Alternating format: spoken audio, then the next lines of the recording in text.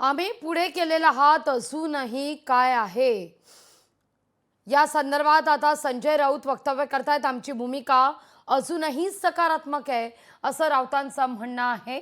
आता कोणी मिठाचा खडा टाकण्याचं काम करू नये असंही राऊतांनी स्पष्ट केलंय। दोन्ही बाजूच्या कार्यकर्त्यांची भावना मी जाणतो असं संजय राऊत म्हणतायत।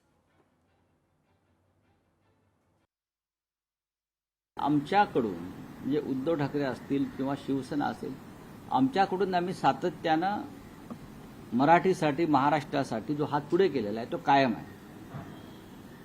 मराठी माणसाच्या मनातल्या ज्या भावना आहेत किंवा जो संताप आहे, तर त्या संतापाला वाट करून देण्याचं काम सुद्धा आम्ही करतो।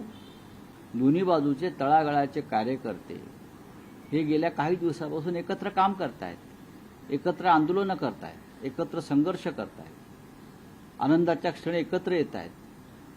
हे चित्र महाराष्ट्रामध्ये फार दुर्मिळ होतं कालपर्यंत।